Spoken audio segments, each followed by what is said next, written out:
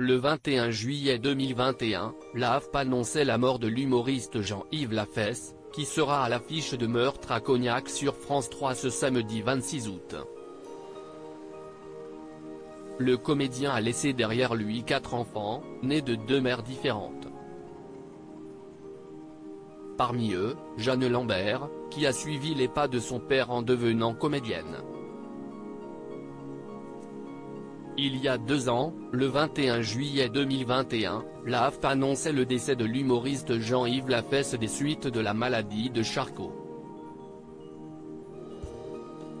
Ce précurseur des caméras cachées, qui est à l'affiche de Meurtre à Cognac ce samedi 26 août sur France 3, a laissé derrière lui 4 enfants, nés de 2 unions différentes.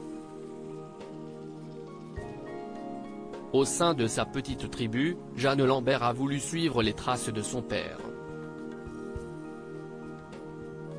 La jeune femme de 30 ans, encouragée par son paternel, a ainsi enchaîné les petits rôles après avoir suivi les cours d'art dramatique de Philippe Perrand-Lacroix au théâtre de la Pépinière pendant 3 ans à Paris.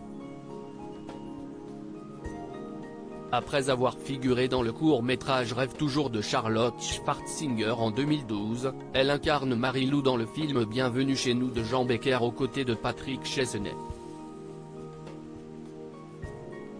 C'est en 2014 que Jeanne Lambert décroche le rôle d'Alice Meyer dans la série Le Stagiaire avec Michel Barnier. L'aventure continue de durer aujourd'hui après 8 saisons d'intrigue judiciaire. Sur son compte Instagram, la fille aînée de Jean-Yves Lafesse partage très souvent son joli minois. La belle brune à la moue boudeuse n'est pas sans rappeler son papa adoré. En effet, père et fille semblent partager le même regard pénétrant. Jean-Yves Lafesse, papa de 2 garçons et 2 filles. Jean-Yves Lafesse avait 3 autres enfants.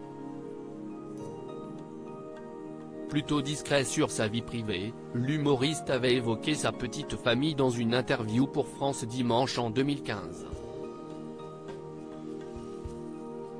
Jeanne est 4 de 2 mamans différentes. 2 garçons de 7 et 9 ans et 2 grandes filles de 19 et 22 ans. L'une est comédienne et l'autre travaille dans la production. Mes filles vivent avec moi, et j'ai les petits un week-end sur 2, avait-il confié à l'époque.